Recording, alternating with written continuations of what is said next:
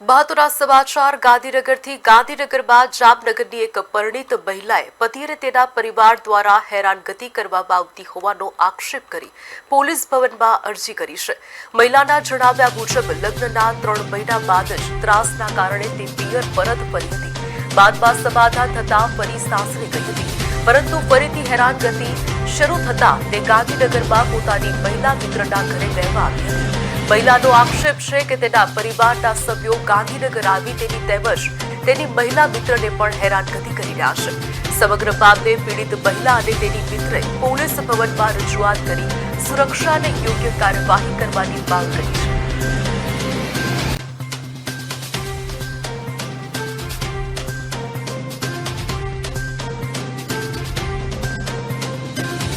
ये तो आखी घटना में मनीषाबेन एमનું घर મૂકીને આવેલા છે। એ ઘર મૂકવાનું કારણ એમના હસબન્ડનો ત્રાસ અને એમના હસબન્ડના ત્રાસની ફરિયાદ એમણે એમના માવતર સાથે કરી, તો માવતર તરફથી પણ કોઈ પણ સપોર્ટ ના મળવાના કારણે મનીષાબેને હાલમાં એમના હસબન્ડનું ઘર અને એમના માવતરનું ઘર મૂકી અને સપનાબેન કે જેઓ ગાંધીનગરની અંદર છેલ્લા 3-4 વર્ષથી સરકારી ભરતીની તૈયારી કરી રહ્યા છે એવી એમની મિત્ર સાથે આવીને રહે છે।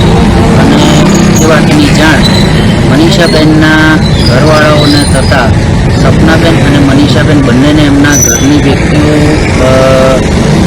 અનઅધિકૃત રીતે શોધી રહી છે। અને એટલે મેં મારા ઘરે વાત કરી કે હું આ પ્રત્યે ખુશ નથી, તો એને મને આશ્વાસન કાલ સારું થઈ જાય, આજ સારું થઈ જશે, તો પાછી એ જીવનમાં શાંતિ આવી જ નહીં ઘનસંસારમાં। એટલે મેં 16 જૂને મારું ઘર છોડી અને હું અહીંયા આવતી રહી મારી ફ્રેન્ડ જોડે।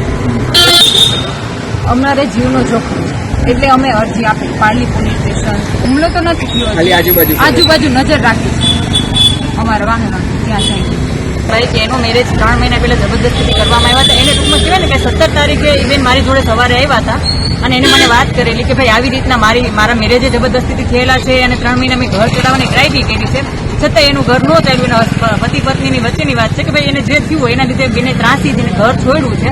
હાલ એ બેન છેલ્લા 10 દિવસ થયા કે 15 દિવસથી મારી જોડે છે, બરાબર। એને સ્વતંત્ર રહેવું છે, આજે એને નથી રહેવું એના ઘરે એના પરિવાર જોડે, બરાબર છે। એને ત્રાસ છે તો એને સ્વેચ્છાએનું જીવ એને હક છે જીવવાનો, બરાબર છે। એની મરજી ખિલાફ એના મેરેજ કર્યા વોટેવર જે બી હોય, અત્યારે તો બેન એની રીતે જીવવા માંગે છે,